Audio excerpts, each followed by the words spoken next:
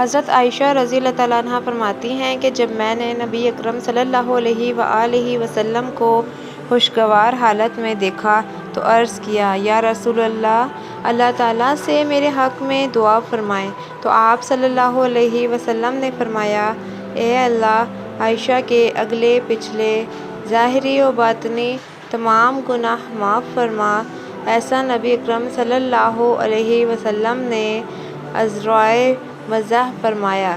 یہ سن کر حضرت عائشہ رضی اللہ تعالیٰ عنہا اتنی ہنسی، یہاں تک کہ ان کا سر آپ صلی اللہ علیہ وسلم کی گود میں آ پڑا، یعنی ہنسی سے لوٹ پوٹ ہو گئیں۔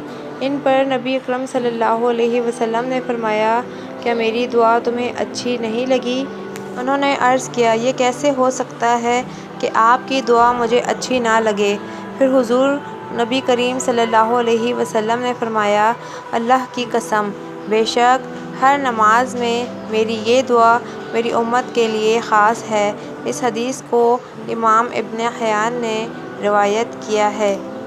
حضرت عائشہ صدیقہ رضی اللہ تعالیٰ عنہا سے مروی ہے کہ لوگ اپنے تحائف حضور نبی کریم صلی اللہ علیہ وسلم کی بارگاہ میں پیش کرنے کے لیے میرے ساتھ آپ صلی اللہ علیہ وسلم کے مخصوص کردہ دن کی تلاش میں رہتے تھے، اور اس عمل سے وہ حضور نبی کریم صلی اللہ علیہ وآلہ وسلم کی رضا چاہتے تھے۔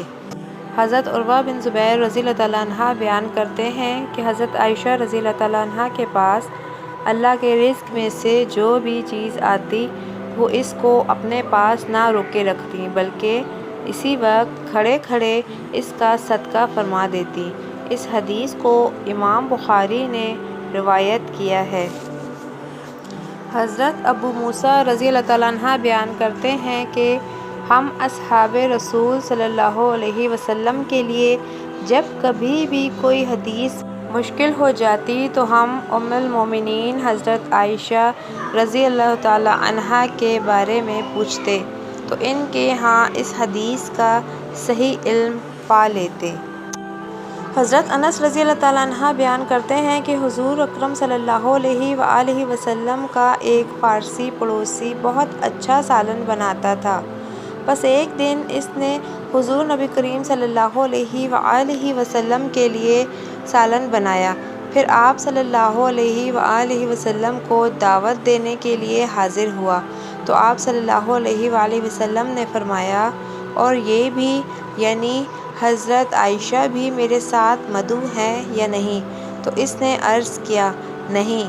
اس پر آپ صلی اللہ علیہ وسلم نے فرمایا، نہیں، میں نہیں جاؤں گا۔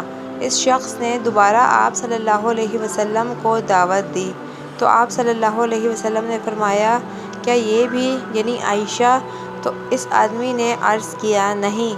تو آپ صلی اللہ علیہ وآلہ وسلم نے پھر انکار فرما دیا۔ اس شخص نے سہ بار آپ صلی اللہ علیہ وآلہ وسلم کو دعوت دی۔ آپ صلی اللہ علیہ وآلہ وسلم نے فرمایا، یہ بھی؟ عرض کیا، جی، یہ بھی۔ پھر دونوں، یعنی آپ صلی اللہ علیہ وسلم اور حضرت عائشہ، ایک دوسرے کو تھامتے ہوئے اس شخص کے گھر تشریف لے گئے۔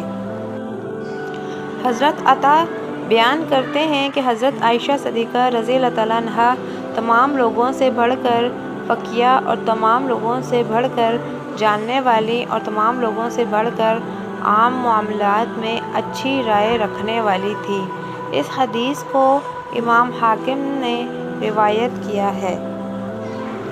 قاسم محمد بیان کرتے ہیں کہ حضرت معاویہ رضی اللہ تعالیٰ عنہ نے فرمایا، میں نے کسی بھی خطیب کو عائشہ رضی اللہ تعالیٰ عنہا سے بڑھ کر بلاغت و فطانت، یعنی ذہانت والا نہیں دیکھا۔ حضرت عروہ بیان کرتے ہیں کہ حضرت عائشہ رضی اللہ تعالیٰ عنہا مسلسل روزے سے ہوتی تھیں، اور قاسم روایت کرتے ہیں کہ حضرت عائشہ مسلسل روزہ سے ہوتی تھیں اور صرف عید الاضحیٰ اور عید الفطر کو افطار فرماتی تھیں۔